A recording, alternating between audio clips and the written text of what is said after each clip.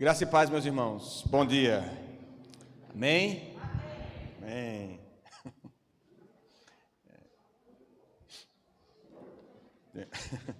Reverendo Augusto Nicodemos, uma vez saudando os irmãos, aí ele disse, graça e paz do Senhor Jesus, aí os irmãos, amém. Aí ele disse, agora para os presbiterianos, bom dia. Aí, bom dia. Queridos, é muito bom estar voltando na EBD, fazia já alguns meses que nós estávamos sem ensinar, e passamos aí por um momento de Covid, todo mundo em casa, e graças a Deus estamos de volta. Tive a oportunidade de pregar aqui no outro domingo, 15 dias atrás já, e hoje nós vamos continuar o ensino de Marcos. Foi do agrado do Senhor que nós estivéssemos aqui hoje. Eu estava de serviço hoje, na verdade, dia 6, mas aí na quinta-feira um colega ligou para mim dizendo assim, Tiel, troca o serviço comigo, trabalhe para mim na sexta, que eu trabalho para você no domingo. Eu disse, rapaz, eu vou fazer esse sacrifício para você. Eu faço esse sacrifício pelos colegas. Aí avisei o pastor e em tempo nós estamos aqui. Infelizmente hoje nós não temos slides. O meu PowerPoint cismou hoje e eu não consegui terminar os slides, mas nós vamos compartilhar a palavra do Senhor assim mesmo. É um teste para mim também, que sou viciado em slide. Eu praticamente não consigo dar aula se não tiver a muleta ali para me ajudar, mas hoje, com a graça de Deus, a gente vai superar isso também. Então, eu peço aos irmãos que abram as suas Bíblias no Evangelho, segundo escreveu Marcos. Segundo o Evangelho da Palavra de Deus, não preciso dizer qual o capítulo, que eu tenho certeza que os irmãos estão acompanhando todo domingo, ou aqui ou em casa, e vocês sabem qual o capítulo que nós estamos. Então, vocês podem abrir no capítulo aí que nós estamos... Eita, professor perverso, esse Já vou tirando nota logo no começo da aula. Marcos... Tudo bem, eu vou dizer o capítulo, mas não vou dizer o versículo. Marcos 14... Marcos 14. E eu sei que a gente, graças a Deus, nem está pastor Hélio, nem pastor Flávio aqui. A gente assumiu um compromisso de tentar fazer um estudo, pelo menos um capítulo por aula, não é? Tentar acelerar ao máximo. A gente está se planejando para começar um assunto também importante para a igreja esse ano de eleição. A gente vai estar estudando sobre o Estado, política, igreja. Acho que é o próximo assunto, assim que a gente acabar Marcos tem 16 capítulos, a gente está bem próximo disso.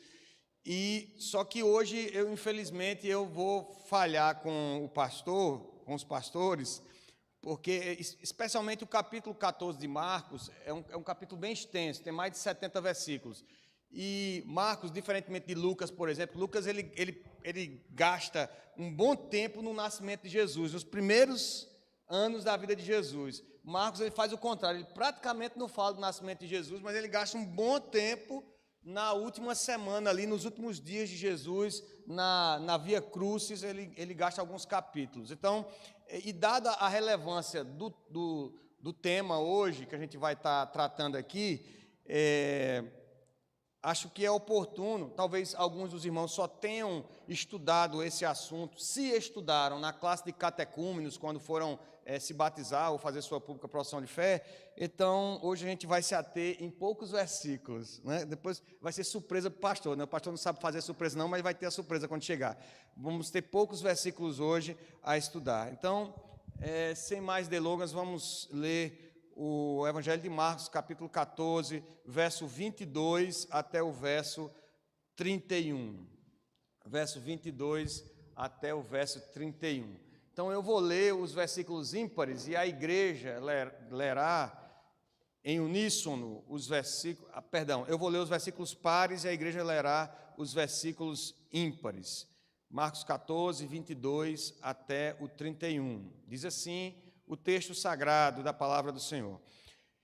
E, enquanto comiam, tomou Jesus um pão e, abençoando-o, partiu e lhes deu, dizendo, tomai isto é o meu corpo.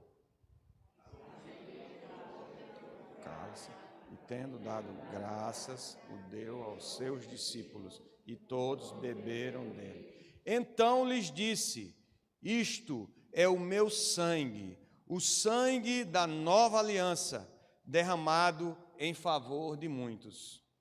Eu lhes digo que jamais beberei do fruto da videira até aquele dia em que eu hei de beber novo no reino de Deus. Tendo cantado um hino, saíram para o Monte das Oliveiras. Então lhes disse Jesus: todos vós vos escandalizareis, porque está escrito: ferirei o pastor e as ovelhas ficarão dispersas. Mas, depois da minha ressurreição, irei adiante de vós para a Galileia. Disse-lhe Pedro: ainda que todos se escandalizem, eu jamais.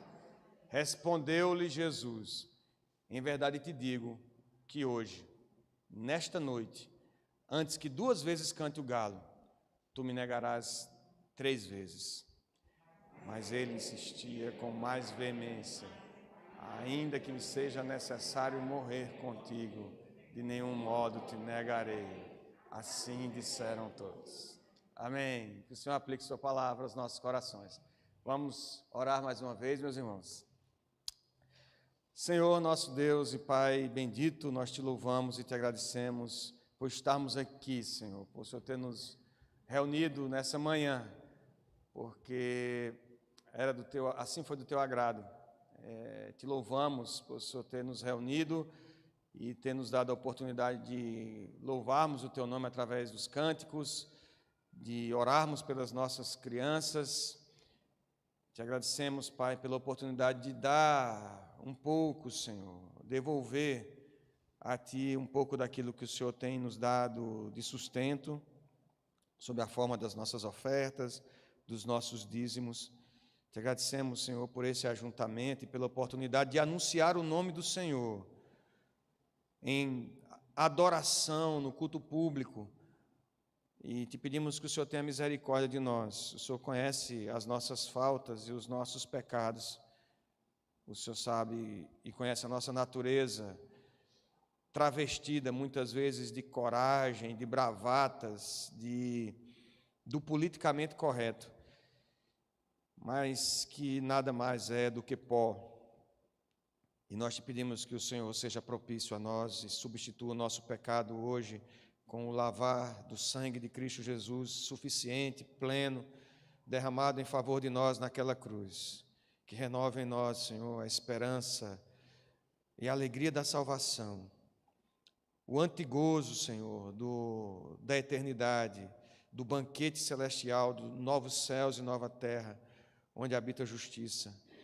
Ó Deus, opera isso em nós nessa manhã, falando ao nosso coração, para a glória do Teu nome, pelas Tuas infinitas misericórdias, pela Tua, ó Deus, imensa graça, por amor do Teu povo, dos eleitos do Senhor, porque intercedo também, Senhor, em todos os lugares, especialmente hoje, pela igreja da Ucrânia e em todos os lugares, Senhor, onde Tua igreja tem sofrido perseguição, na Janela 1040, na China, Coreia do Norte, no Afeganistão, na Índia, no Irã. Meu Deus, tem compaixão de nós. Une-nos em clamor pelo Teu povo, fortalece a fé da Tua igreja a cada dia, para que possamos nos apresentar a Ti, igreja sem ruga e sem mácula, santa e gloriosa, no dia bendito do Senhor. Abençoa, pois, o Teu povo nessa manhã, aonde o Teu Evangelho está sendo pregado. Livra-nos do engano, do erro, de cair em tentação. E nós oramos assim, confiados no sacrifício de Cristo Jesus, na sua morte e ressurreição, confiados na intercessão do Cordeiro e do Santo Espírito de Deus. Em nome de Jesus nós te oramos. Amém. Bom, meus amados, então, para aqueles que não estavam lembrados, então nós estamos entrando agora nesse texto, a partir do versículo 22, que fala exatamente sobre a ceia do Senhor, como vocês viram. Mas para a gente tentar se situar, onde é que nós estamos aqui na história do Evangelho, na história de Jesus, uma breve cronologia dos fatos. Na sexta-feira anterior a este dia aqui, Jesus estava em Betânia, na casa de um cidadão chamado Simão, leproso. E vocês sabem o que aconteceu lá, não sabem? O que aconteceu lá? Muito bem, alguém escutou a mensagem de 15 dias atrás, foi exatamente nesse texto, Marcos capítulo 14, versículo 3 e diante. Ele estava lá na casa de Simão leproso e Maria,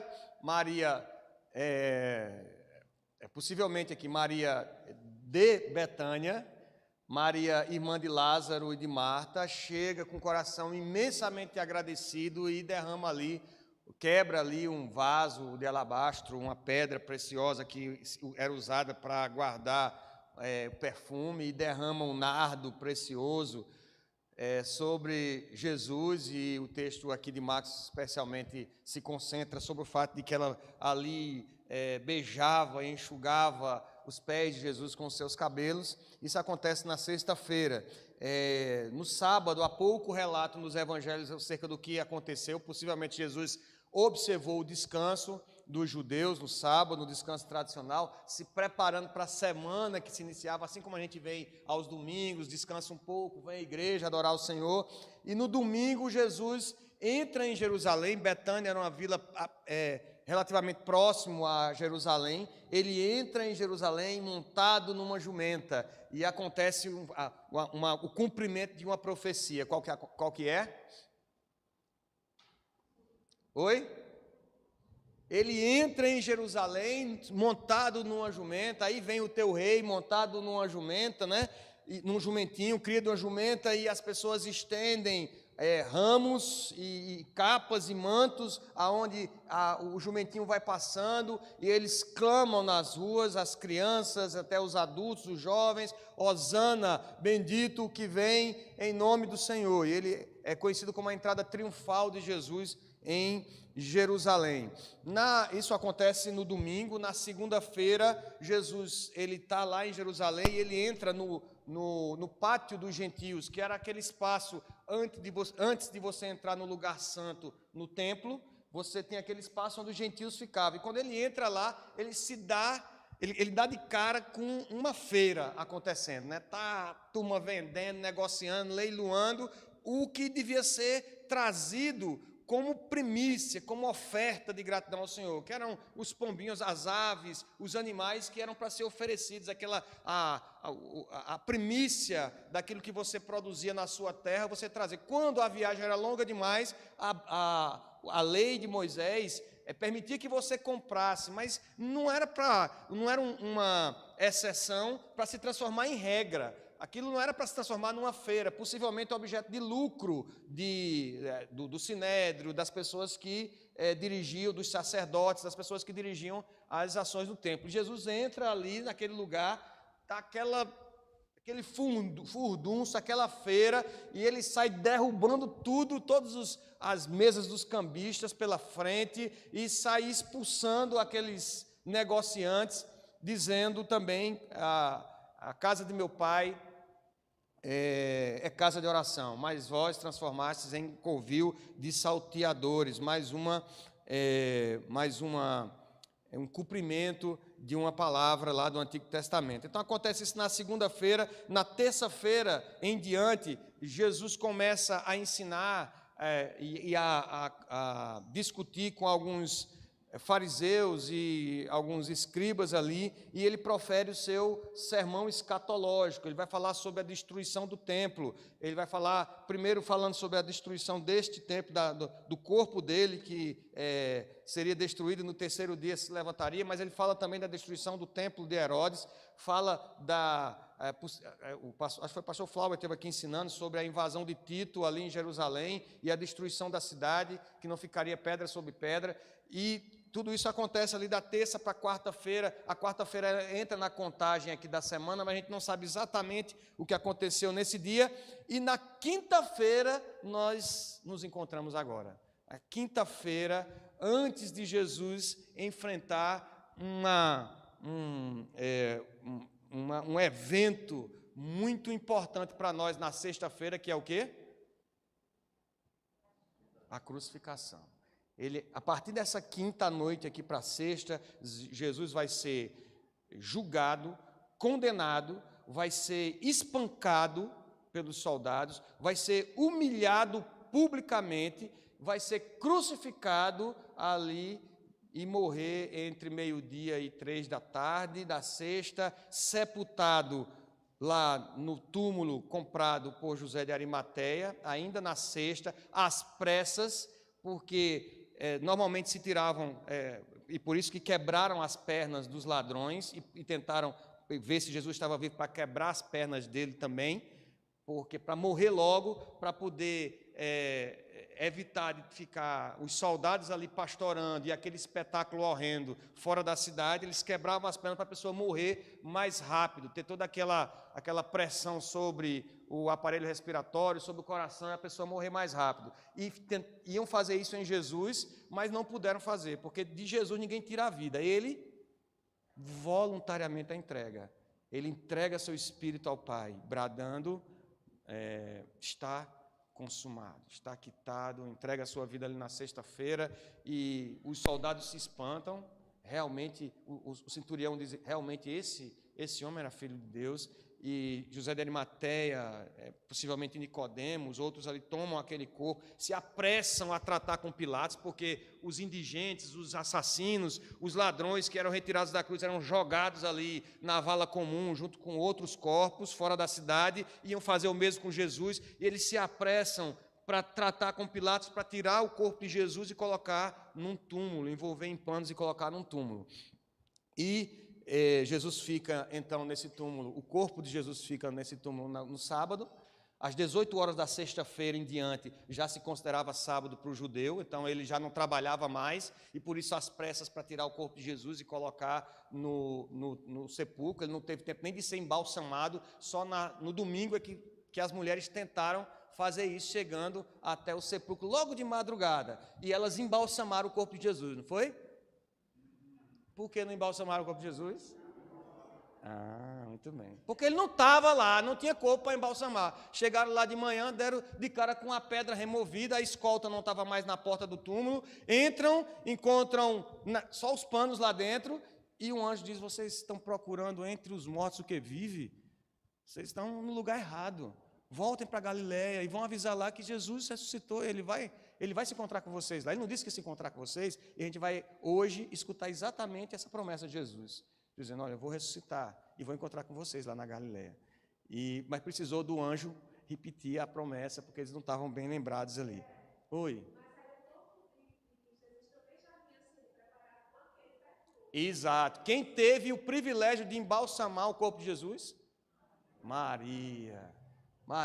E aí a gente falou sobre isso na pregação aqui, da oportunidade que muitas vezes a gente deixa passar, porque a gente está preocupado com a crítica dos outros, com com muitas outras coisas, e perde a oportunidade que Deus nos dá de participar da sua vontade, dos seus decretos. E aqui Maria, ela faz isso sem nem saber o que está fazendo. Na quinta-feira ela faz, e todo o tempo que é pregado esse evangelho é lembrado que ela foi a única que conseguiu embalsamar o corpo de Jesus, né, através daquela unção ali, daquele perfume.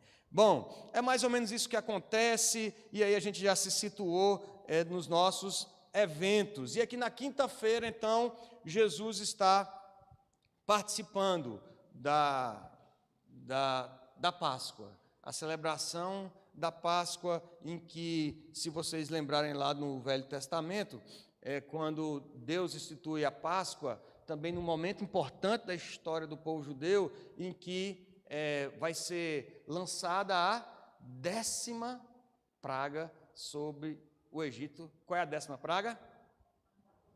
Glória a Deus, tem gente que sabe. A morte dos primogênitos é a última praga. Veja que simbólico. A morte dos primogênitos, ela é o prenúncio da Páscoa, que vai ser agora aqui, ela é cumprida de forma cabal e plena, porque a partir daqui, a partir dessa Páscoa, ninguém mais mata cordeiro, nem derrama sangue para se comemorar a Páscoa. Apenas comemos o pão e o vinho, porque agora a nova aliança instituída, não a aliança lá da Páscoa, mas agora a nova aliança no sangue de Jesus é instituída e nós celebramos agora uma Páscoa diferente. Porque o primogênito, o unigênito do Pai, morreu em nosso lugar. E agora o anjo da morte não mais nos aterroriza. Páscoa, passa por cima de nós, porque sobre nós está o sangue do Cordeiro. Mas a Páscoa é ali instituída e as pessoas passavam 7 dias comendo pães asmos e ervas amargas. Lembra disso, né? E eles comiam esses pães asmos, e pães asmos é pães sem fermento.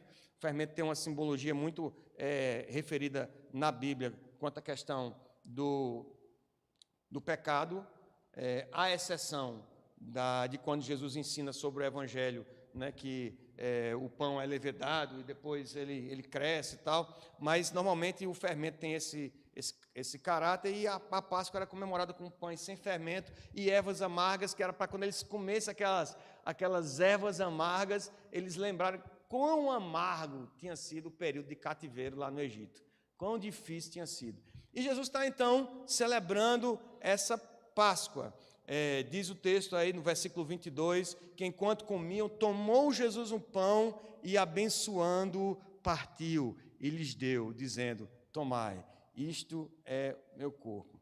Então, não é de estranhar que eles estivessem comendo, porque na tradição, então, eles ali ceavam, comiam a carne, comiam a ceia que estava posta ali, e no final da ceia pascal, o chefe da família, o chefe da família ali, a Páscoa, lembra que era uma festa familiar. Se o cordeiro fosse grande demais para comer somente a sua família, você chamava 2 famílias, contanto que não podia sobrar pedaço nenhum. E aí se comemorava a festa em família. E agora a família de Jesus, não é a mãe e os irmãos de Jesus, mas sim a família, os discípulos de Jesus, a sua igreja está ali reunida, e no final dessa celebração pascal, o chefe da família, então, eles comiam reclinados à mesa, meio quase deitado, era uma mesa baixinha, e ele se levantava e ele então fazia a oração, essa ação de graças, e Jesus toma ali à frente como anfitrião, como chefe, como líder naquele evento, naquela celebração, e institui o novo, que iria substituir o antigo. Ele levanta-se, recita a oração, ele ora ali, a ação de graças. Hoje há inclusive orações que são repetidas, né, na celebração da Páscoa judaica. Ele quebra o pão, que o pão asmo era um pão duro, ele quebra o pão e oferece aos demais. Jesus ali está não olhando mais, a partir desse momento ele não olha mais para o passado, ele não olha mais para o Egito, ele não olha mais para a morte dos primogênitos, ele está olhando para a sua própria morte.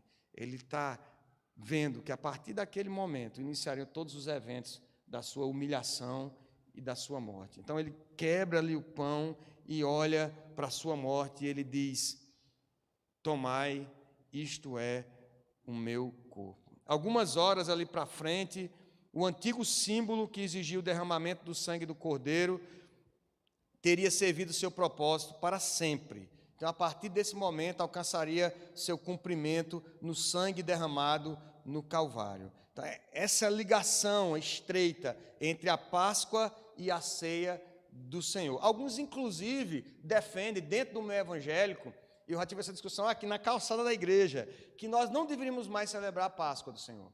Nós não deveríamos mais celebrar a Páscoa, porque a Páscoa é uma festa ligada ao Antigo Testamento, que nós não celebramos mais Páscoa. Mas nós podemos celebrar, não com os asmos lá do Egito, não com as ervas amargas, não com o cordeiro sendo derramado e derramado seu sangue comido, mas com essa perspectiva mesma que Jesus aqui está estabelecendo e instituído como sacramento. Porque é uma ordem que ele nos deixa aqui. Ele não está dizendo assim, ó, quando você tiver tempo, no domingo, no mês que você puder, vai lá na igreja e tome a ceia. Ele está ordenando aos seus discípulos que observe. Ele deixou 2 mandamentos. Um é tomar e comer e beber seu corpo e seu sangue através da ceia. E o outro é indo fazer discípulos, batizando em nome do Pai, do Filho e do Espírito Santo. Na igreja reformada, entende que só a igreja católica tem vários sacramentos. Nós entendemos que só temos 2 sacramentos: o batismo e a ceia do Senhor. É uma ordem que ele nos deixou para que nós cumpríssemos. E aqui, nesse momento, então, a Páscoa, ela encontra o seu clímax. Existe essa ligação estreita entre a Páscoa e a ceia do Senhor, deixando claro que as 2 celebrações apontavam para Jesus. Jesus é o único e suficiente sacrifício pelos nossos pecados, pelos pecados do seu povo. Jesus era aquele cordeiro que na Páscoa dos judeus era imolado, e ali que o sangue era derramado e que as pessoas se alimentavam. Aquilo nada mais era do que um símbolo que Jesus agora está dizendo: olha, sou eu, comam a minha carne e bebam o meu sangue. Façam isso em memória de mim. E aí aparece uma discussão, quando eu comecei a falar agora de comer a carne e beber o sangue, que é uma discussão, até o presbítero Adilson foi interrogado no presbitério, na sua avaliação quanto a isso. Por que é que nós não acreditamos, então, em consubstanciação e transubstanciação? Guarda essas duas. Eu trouxe uma lousa branca, trouxe caneta, porque, como eu falei para vocês, eu tenho esse vício da muleta, mas eu não encontrei um tripé para botar aqui. Mas guarda essa palavra. Quem sabe, né? Você, de repente, quer botar o nome de seu filho, nome bonito, aí você bota lá, consubstanciação, ou transubstanciação. O que é isso? Consubstanciação e transubstanciação. A Igreja Católica Apostólica Romana, ela acredita que esses 2 eventos ocorrem na ceia do Senhor. A consubstanciação é a união de 2 matérias numa só. Então, elas acreditam que o corpo de Cristo e o pão ali, eles são unidos num só elemento. E que o sangue de Cristo e o fruto da videira ali, o suco de uva, o vinho, ele é unido no só. E a transubstanciação é a doutrina também, avalizada pela Igreja Católica Apostólica Romana, de que nessa união, agora, o que era pão se transforma em carne, e o que era vinho se transforma em sangue. E ali o que eles comem, na verdade, é a carne de Cristo e o sangue de Cristo. Se baseiam num texto em que Jesus, num evento em que Jesus está discutindo com os fariseus e com os discípulos, e ele diz assim: se vocês não comerem a minha carne e não beberem o meu sangue, vocês não terão parte no reino de Deus. E até os próprios discípulos disseram: duro discurso é este? Quem é que pode ouvir essas coisas? Quem está pronto para isso? E eles dizem: está vendo? O próprio Jesus disse que era para comer a carne. Mas tentando aqui uma interpretação, tanto olhando para o texto, o contexto, o sentido literal, o sentido também metafórico que muitas vezes Jesus usa nas suas parábolas e nos seus ensinos, a gente percebe que se ele estivesse falando de algum modo de que aquele pão que ele estava dando ali se transformaria em carne, eles estariam comendo a carne, é lógico que Jesus ali não estaria mais lá, porque eles estariam comendo a carne de Jesus. Jesus está lá dizendo: tomai e comei, isso é meu corpo, mas em nenhum momento Jesus deixa de estar ali, ou ele se transforma em algum ser somente espiritual para que eles possam comer a carne. Esse é um argumento. Segundo, Jesus com frequência usava linguagem simbólica. Por exemplo, quando ele falou que era a videira verdadeira, Jesus nunca se transformou num pé de uva, numa parreira. Até onde eu sei, ninguém nunca discutiu que Jesus seria algum tipo ou teria alguma genética de uma parreira. Quando ele disse que era o bom pastor, Jesus nunca foi pastor de ovelhas, ele era carpinteiro. Quando ele falou da destruição do templo do seu corpo, ele está usando uma linguagem metafórica. Quando ele disse que era uma porta, ele, apesar de Vinícius de Moraes dizer que, eu me lembro que Emmanuel decorou esse verso para a escola na época, não é? E que se falava que eu sou matéria morta, mas não existe nada mais vivo do que uma porta, não é? E que a porta fica irritada quando alguém diz que é burro, e burro como uma porta. Apesar de toda a poesia de Vinícius de Moraes, Jesus não deixou de ser Jesus, nem se transformou numa porta, e nem nenhuma porta em Jesus. Então, a ideia de que existe essa união, porque Jesus tem usado esse símbolo aqui, do pão e do vinho, que eram símbolos já usados na própria Páscoa, realmente é uma interpretação por demais literal. Tanto a Páscoa como a ceia há um sentido simbólico e memorial, e não literal. Jesus ordena que se faça isso em memória dele. A Páscoa para o passado e a ceia para o passado, para o presente e para o futuro.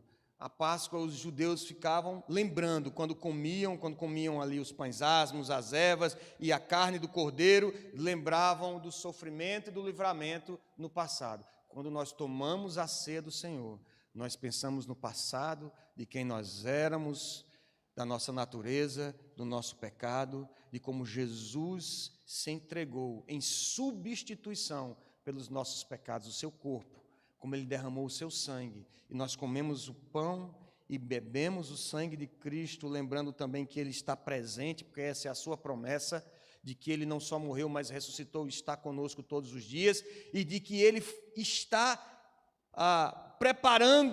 ele está aguardando esse dia glorioso que nós cearemos, teremos um banquete no dia do Senhor, um banquete, eu acho que vai ser um banquete eterno, a festa até não acabar mais, comer e beber nas bodas do Cordeiro. É isso que nós lembramos, esse é o símbolo do pão e do cálice. Então Jesus toma ali toma o pão e diz: tomai, isto é meu corpo. A seguir tomou Jesus um cálice e, tendo dado graças, o deu aos seus discípulos, e todos beberam dele. Já tendo falado sobre essa questão da simbologia das figuras do pão e do vinho, eu queria falar um pouco do cálice aqui, porque daqui a poucos instantes, Jesus vai sair desse lugar aqui, e ele vai para um monte chamado Getsemane. E ele lá no Getsemane, ele vai chamar alguns discípulos para orar. Vocês lembram quem são? Esse é fácil demais, porque essa era a turma da vigília. Jesus queria orar até 2 da manhã, o pastor chama quem? Asaf, não chama nem os presbíteros, né? Chama Asaf, que é a mulher de oração e tal. Era a turma da oração. Eita, desculpa aí, presbítero. Mas pode chamar o presbítero também. Aí chama a turma da vigília, Pedro, Tiago e João, a turma do barquinho, a turma que está sempre junto de Jesus, e ele chama para orar, e ele lá agoniza, ele sua sangue do seu sofrimento, do estresse que ele está orando em comunhão com o Senhor, ele está vendo todo o sofrimento, humilhação que ele vai sofrer, e ele diz: Pai, se possível, afasta de mim este cálice, mas não seja como eu quero, e sim como tu queres. Ele pede de novo ao Senhor, ele volta lá para ver a vigília, e a vigília está um fracasso total, está todo mundo dormindo. Diz a Bíblia que eles estavam se escondendo no sono, eles estavam fugindo, usando o sono como fuga. E Jesus: mas rapaz, vocês não puderam vigiar comigo? Vigiai! E volta a orar, e Pai, afasta de mim esse cálice. Mas não é interessante que no mesmo dia Jesus use a figura do cálice, no momento em que está entregando o vinho ali, o símbolo do seu sangue para os discípulos, e no momento seguinte ele está dizendo: Pai, afasta de mim esse cálice, porque ele tomou o nosso cálice e nos deu um cálice do seu sangue. Ele se colocou em substituição por nós. O cálice que era nosso, o cálice de dor, de separação de Deus, de sofrimento, de morte, de angústia, que pesava sobre nós por causa dos nossos pecados, Ele tomou sobre si. Ainda suplicou ao Pai que pudesse passar dele, mas Ele tomou sobre si, mas não antes de entregar para nós o cálice do seu sangue, a comunhão dos santos, a comunhão com Deus. Ele diz: tomem o meu sangue, façam isso em memória de mim. É maravilhoso, meus irmãos, podemos participar. Hoje era para eu ter combinado com o pastor para a gente fazer a ceia. É maravilhoso poder participar da ceia do Senhor. Não faça isso de qualquer forma leviana. Não deixe isso cair na banalização das práticas, das idiosincrasias nossas aqui da igreja. É maravilhoso poder chegar, comer o pão e tomar o cálice, sabendo que Ele tomou o nosso cálice. Ele se fez substituição em nosso lugar. Jesus oferece o cálice da nova aliança, que Ele está instituindo agora, e mais à frente Ele pede ao Pai para afastar o cálice do sofrimento. Em atitude de obediência, ao mesmo tempo voluntariamente, Jesus bebe o cálice da ira de Deus, a ira de Deus sobre os nossos pecados, enfrentando o sofrimento e a dor por eles, e nos oferece o cálice da sua graça, a comunhão pelo seu sangue. E diz a Bíblia que Jesus tomou o cálice, versículo 23, e tendo dado graças, o deu aos seus discípulos, e todos beberam. Todos beberam.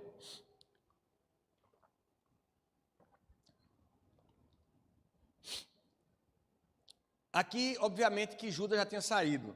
O texto de Marcos fala um pouquinho antes da indicação do traidor. Outros evangelhos, o evangelho de Mateus e Lucas, deixa mais claro em que o traidor é apontado, e Jesus olha para Lucas, inclusive, e diz: o que você tem que fazer, faz depressa. E ele sai do recinto, as pessoas achando que ele vai comprar alguma coisa, que ele era o tesoureiro, e acha que ele vai comprar alguma coisa para complementar a ceia, e Judas sai. E aqui só temos 11. São 11 que vão para o Getsêmani, porque Judas só vai chegar lá depois, com a turba da polícia do Sinédrio e com alguns soldados romanos ali para poder prender Jesus. E ali a participação de todos.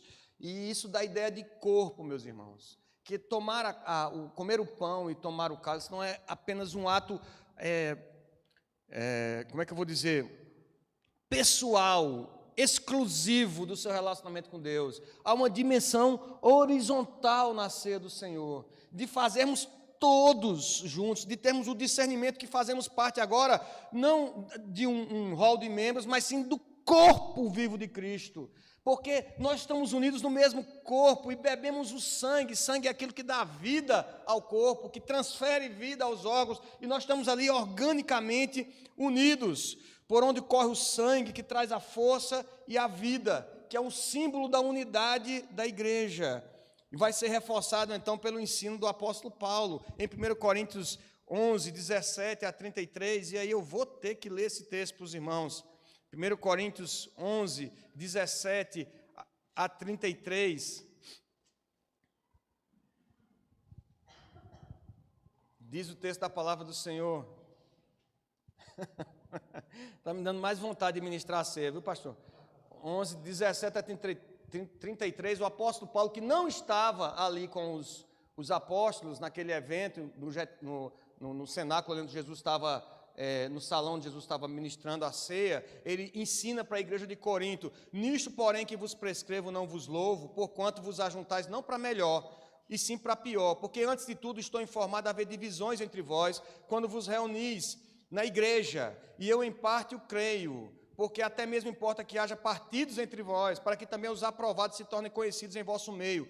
Quando, pois, vos reunis no mesmo lugar, não é a ceia do Senhor que comeis. Mas não é porque eles estavam deixando de comer o pão, nem de beber o vinho, não. Veja por que eles não estavam tomando a ceia do Senhor, que você pode estar aqui, o pastor ministrando, você comendo o pão e tomando o vinho, sem estar tomando a ceia do Senhor. Ele diz, não é a ceia do Senhor que comeis, porque ao comedes, cada um toma antecipadamente a sua própria ceia, e há quem tenha fome, ao passo que há também quem se embriague. Não tendes, porventura, casas onde comer e beber, ou menosprezais a igreja de Deus e envergonhais os que nada têm? Que vos direi? Louvar-vos-ei? Não, nisto certamente não vos louvo, porque eu recebi do Senhor o que também vos entreguei.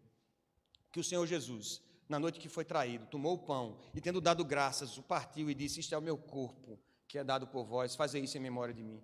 Por semelhante modo, depois de haver ceado, tomou também um cálice, dizendo, este cálice é a nova aliança do meu sangue, fazei isto todas as vezes que o bebedes em memória de mim, porque todas as vezes que comedes esse pão e bebedes o cálice, anunciar a morte do Senhor até que ele venha. Por isso, aquele que comer o pão ou beber o cálice do Senhor indignamente, será réu do corpo e do sangue do Senhor. Examine-se, pois, o homem a si mesmo, e assim coma do pão e beba do cálice. Pois quem come e bebe sem discernir o corpo, come e bebe juízo para si. Eis a razão, porque há entre vós muitos fracos, doentes e não poucos que dormem. Aqui no evento da última ceia, todos participaram, dando esse sinal de unidade.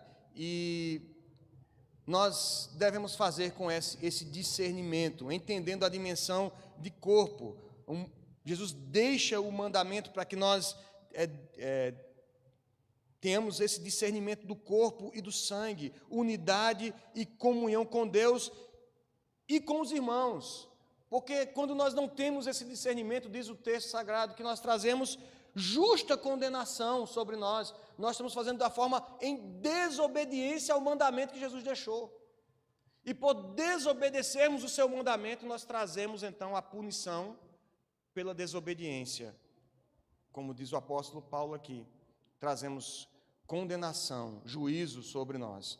A ceia do Senhor nunca é um assunto privado. Não, mas eu vou fazer aqui eu e Deus. Algo que ocorra somente entre Deus e a pessoa. Mas é uma celebração de todo o corpo de Cristo. E esse é o discernimento que nós devemos ter, meus irmãos. Não há como você tomar a ceia do Senhor com mágoa do irmão, brigado com o pastor. Não tem como. Porque nós temos que ter esse discernimento que nós estamos obedecendo o mandamento do Senhor que nos uniu no seu sangue. E nós simplesmente desprezamos o valor desse sangue, desse corpo sacrificado na cruz, naquele madeiro, quando nós comemos e bebemos o sangue levianamente. Na igreja de Corinto, possivelmente, diferentemente do que nós fazemos hoje, havia uma ceia normal, uma celebração em que todas as pessoas comiam, mais parecido com o nosso ágape que a gente fazia aqui na igreja, depois do culto. E depois que todo mundo comia, bebia, se celebrava, então, se partia o pão e se tomava o cálice em memória do Senhor. Mas virou uma confusão tão grande que as pessoas alguns levavam comida e outros não tinham condição, não levavam. Então tinha gente que comia de se empanturrar e de ficar embriagado, enquanto outros não comiam nada. Não tinham o que comer, nem tinham vinho para beber. E cada um ficava no seu grupo, cada um comia a sua parte, e isso não dava ideia de corpo, isso não traduzia para quem era de fora, isso não refletia a mensagem, o ensinamento de Jesus, isso não era obediência ao mandamento de Jesus. E é isso que Paulo está dizendo, vocês não estão tomando a ceia, vocês estão trazendo só condenação e juízo para si mesmo. Então, nós precisamos ter esse discernimento também de corpo. E ao mesmo tempo, meus irmãos, não é para você ficar aí, o Paulo diz assim, examine-se, pois, o homem a si mesmo. E assim, coma do pão e beba. Ele diz assim, examine-se. Se tiver pecado, aí você deixa e você toma a ceia no outro dia, noutra oportunidade. Não por causa do valor da ceia.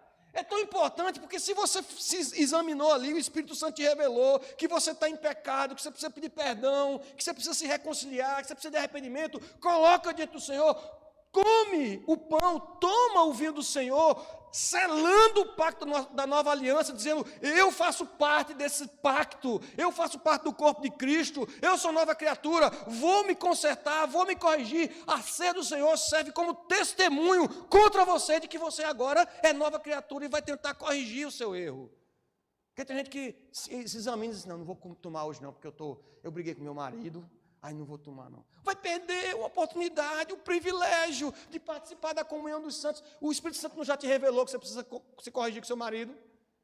Que precisa conversar com ele, que precisa pedir perdão, que precisa colocar diante do Senhor o seu problema? Então, coma do pão e beba, para que ainda fique mais ali selado o teu pacto de que você vai fazer de todo o possível, vai se humilhar, vai tentar resolver aquele problema por amor a Cristo e por zelo ao seu mandamento. Examine-se, pois, o homem a si mesmo, e assim coma do pão e beba do cálice. Ainda bem que eu peguei poucos versículos, não foi? Ainda bem. Ele diz então que este é o sangue, versículo 24, então lhes disse, isto é o meu sangue, o sangue da nova aliança. Tem algumas Bíblias que trazem entre colchete o nome nova, porque não aparece em todas as versões essa palavra nova. Este é o sangue da aliança, ou da nova aliança, derramado em favor de muitos. É o sangue da nova aliança. O que é uma aliança? O que é uma aliança? Isso, é um pacto, é um acordo, né? É um contrato, para a gente ser bem calculista aqui. Mas o pacto, a aliança é isso, é um pacto, é um compromisso. Jesus está dizendo, esse aqui é o Novo Testamento. É impressionante, ele está se preparando para morrer e está deixando um testamento. Seus últimos desejos, comam e bebam, unidos no meu sangue aqui. Esse é o testamento, essa é a nova aliança. A aliança é isso, uma relação especial aqui de Deus com o seu povo, o pacto, como o Dani falou.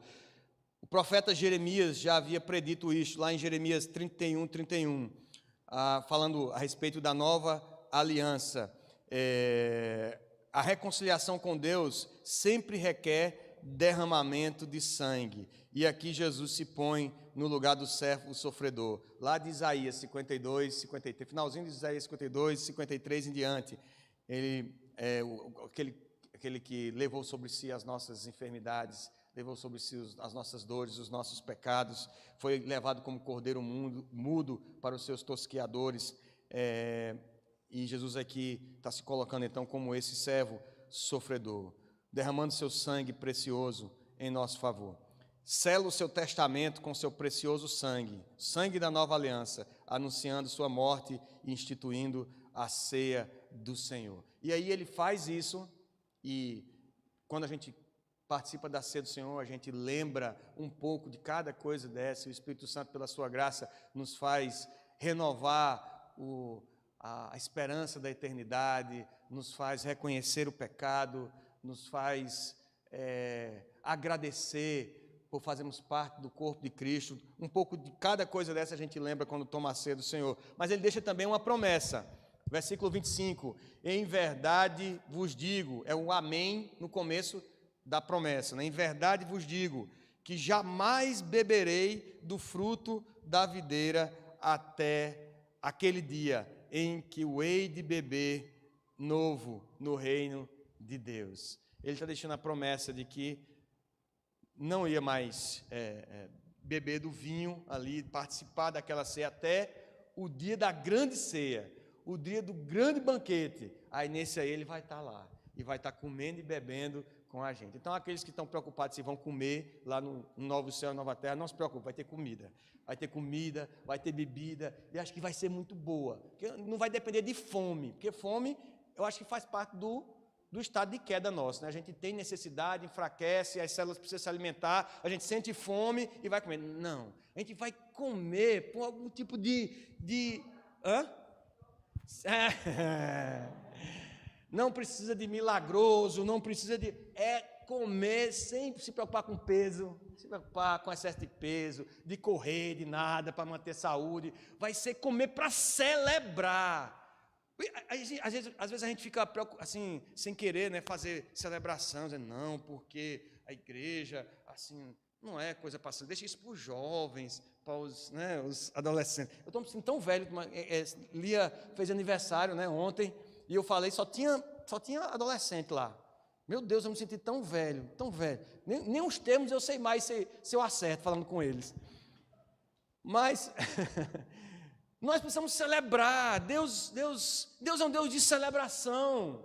Ele não só instituiu festa, mas também Ele prometeu uma festa grande no último dia. Vai ter comida, vai ter vinho, vai ter bebida, e nós vamos estar ali celebrando o Senhor. Ele vai estar presente, o sol da justiça, o cordeiro, o leão da tribo de Judá vai estar lá com a gente, comendo e bebendo, e Ele prometeu que não participaria mais da ceia até aquele dia. Então, quando nós participamos da ceia, nós lembramos disso. Quando a gente jejua também, a gente lembra disso, que a gente jejua aqui, porque aqui é o tempo de jejuar. Diz, não, jejum, um negócio tão radical. Aqui é o tempo de jejum, porque lá não vai ter jejum. Você vai jejuar no novo céu, nova terra, para quê, meu amigo? Lá você vai celebrar, vai comer, vai beber. Se quer jejuar, jejua aqui. Aproveite, não perca a oportunidade para fazer aqui. Lá, não. Uma outra questão relacionada ao fato de que Jesus está dizendo que jamais beberei do fruto da videira, ele está demonstrando a sua resignação em enfrentar a cruz. Não tem mais volta.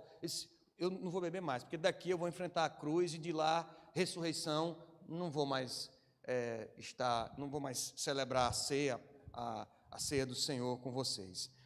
A posição resignada de que se submeteria à vontade do Pai, entregando sua vida em nosso lugar. Vamos ver aqui. E ele sai cantando o hino, né?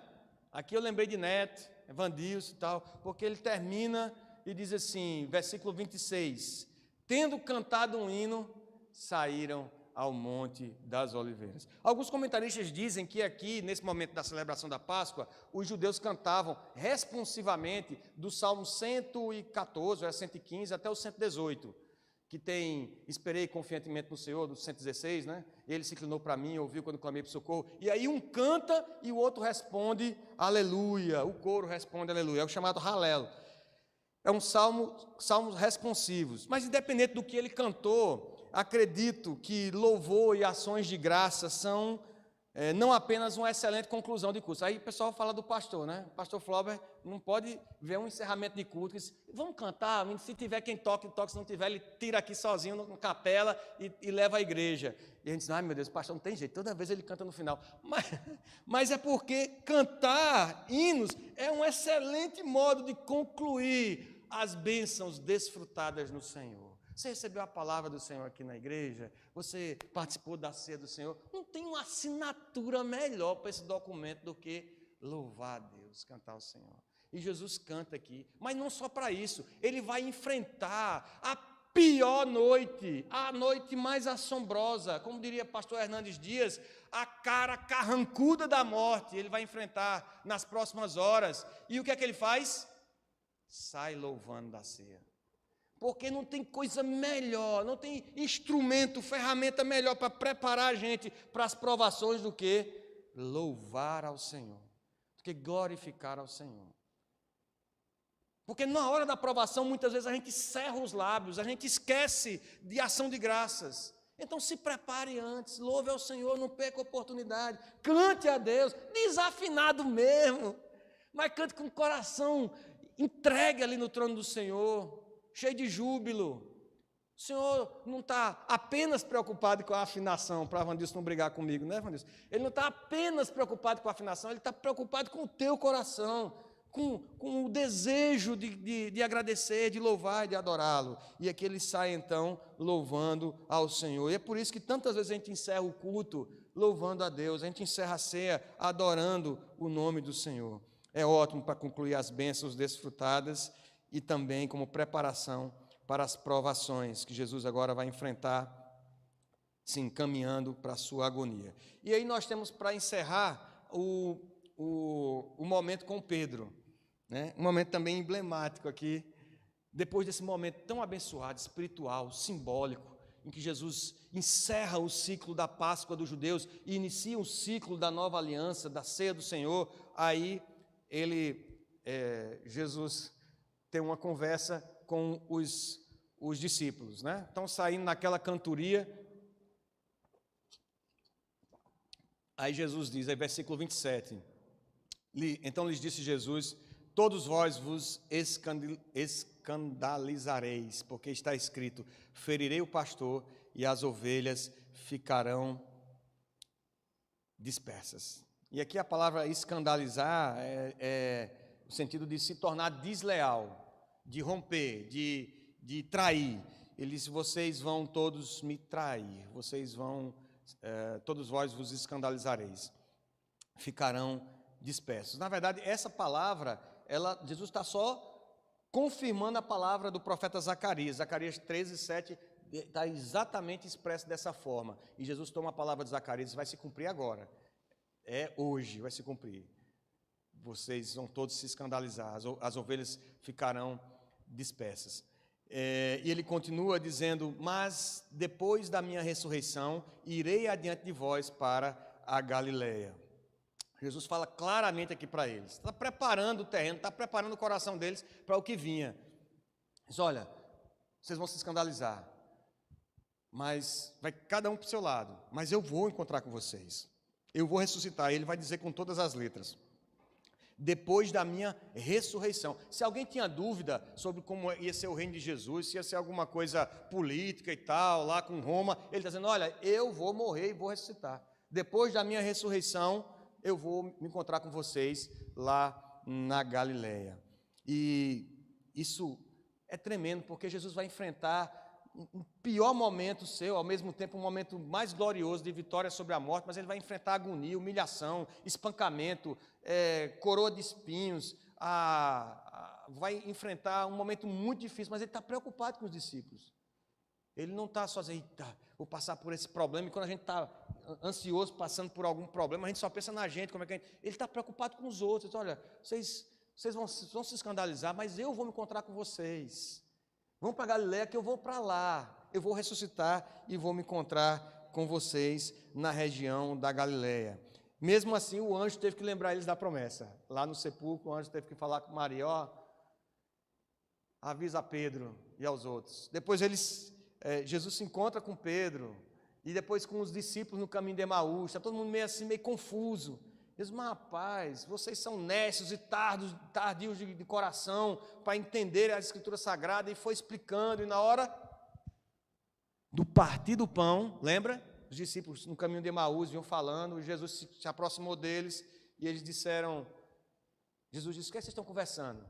É possível? Eu acho que quando a gente tem corpo transformado e glorificado, a gente deve ficar diferente, não tem condição. Ou então, não, deve ser o contrário, o pecado nosso é uma coisa tão palpável, que a gente não consegue ver a santidade do Senhor, né? Porque ele está andando com os caras e ele simplesmente não reconhece Jesus. Olham para Jesus e repreendem Jesus. Olha que audácia, diz assim: será possível que você é o único que não sabe o que aconteceu nesses últimos dias a respeito do Nazareno, que era profeta e que foi preso nas mãos de Pôncio Pilatos, foi crucificado? Será que vocês não entendem, não? Será que você não está sabendo, não? E hoje é o terceiro dia, e Jesus diz para ele: honestos e tardios de coração, para entender o que tem dizendo na Escritura. Ele vem puxando de Moisés, os salmos, os profetas, tudo que tinha se falado a respeito dele. E aí eles, quando chegam na cidade de Emaús, eles entram para comer com Jesus. Jesus vai passar direto, eles: não, fica com a gente. Você está falando, fica aqui com a gente. Jesus: não, vou passar. Não, fica. E instaram com ele para ficar. Jesus vai até a mesa, e na hora da mesa, foi dar graças para partir o pão. Quando ele parte o pão, eles se reconhecem. É Jesus.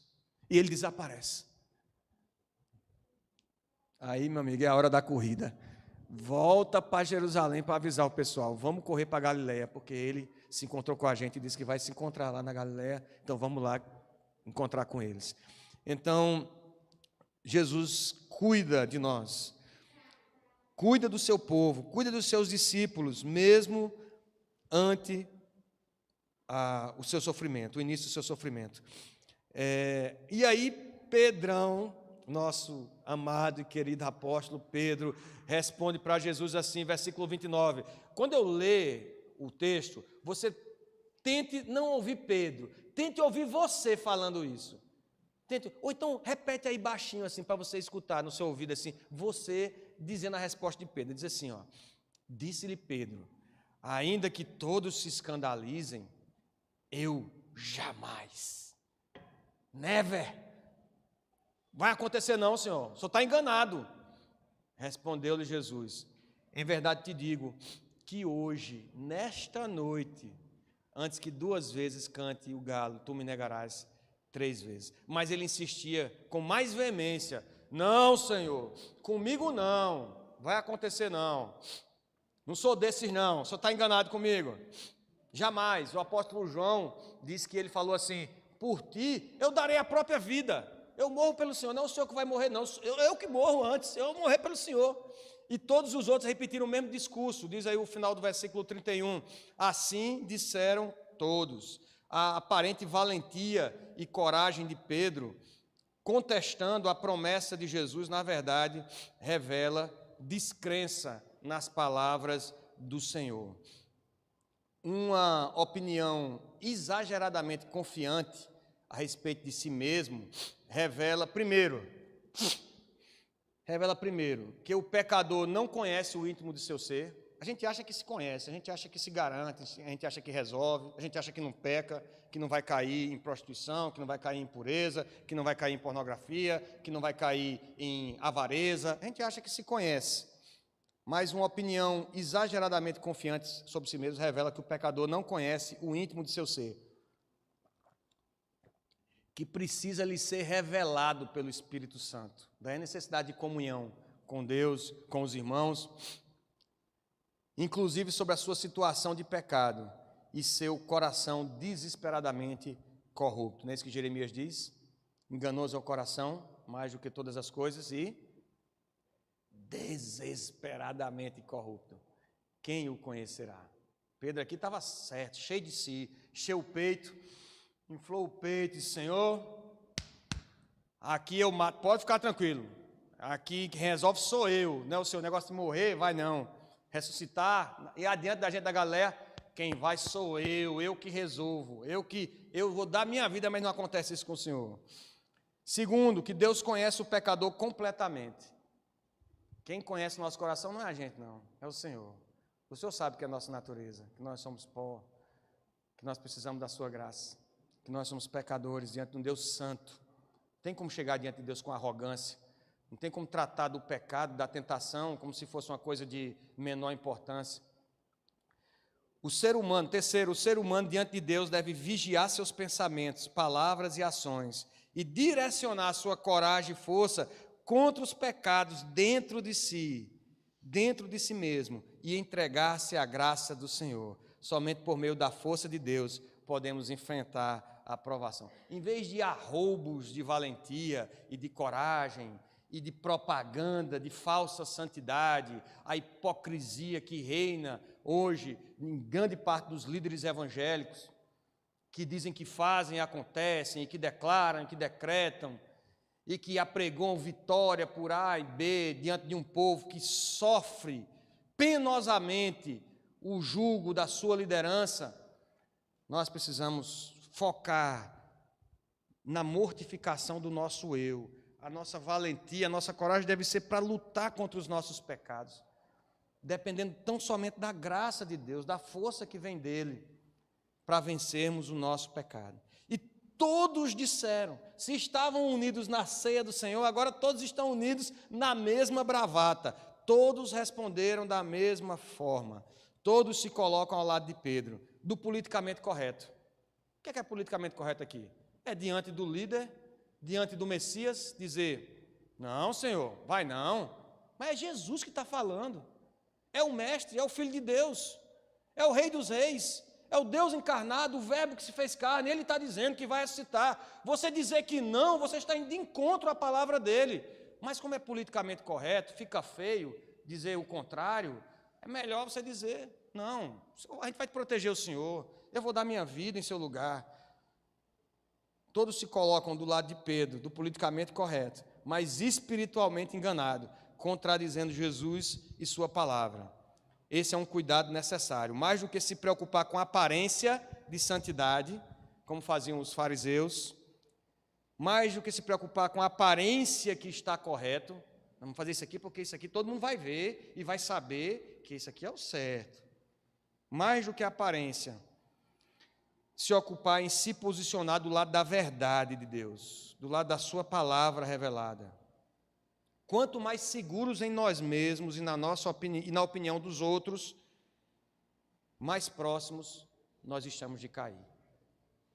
Meus irmãos, nós vamos enfrentar um ano muito difícil, um ano de eleição, e de que o discurso na consciência cristã, pelo menos da metade para o fim da consciência cristã, foi um só.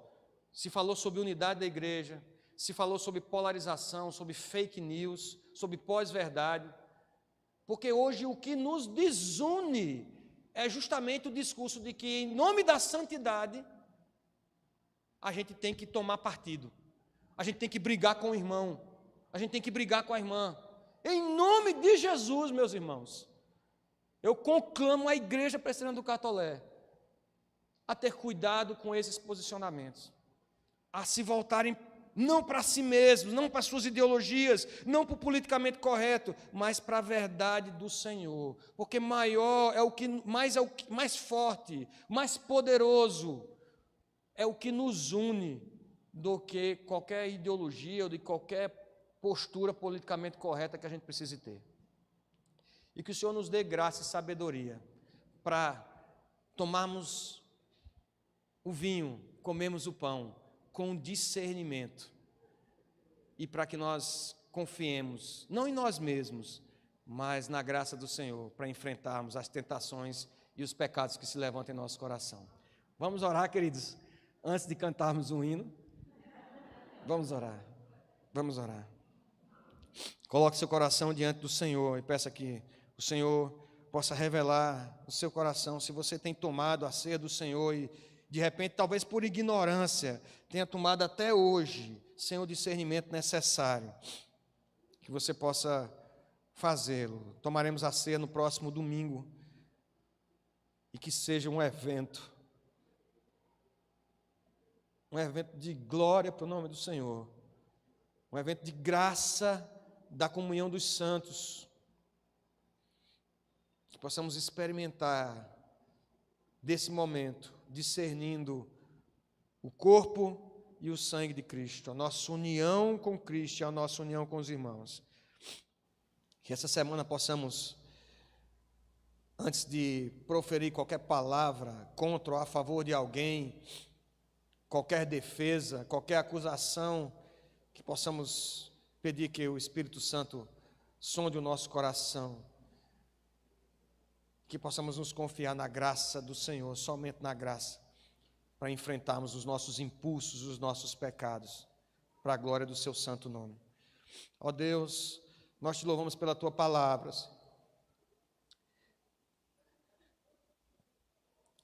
Ela é suficiente para nós, ela é plena, ela é perfeita, o teu caminho é perfeito, a tua palavra é poder, e nós estamos diante do teu povo eleito do Senhor, por quem o Senhor entregou a sua vida, por quem o Senhor derramou o seu sangue, por quem o Senhor instituiu essa ceia.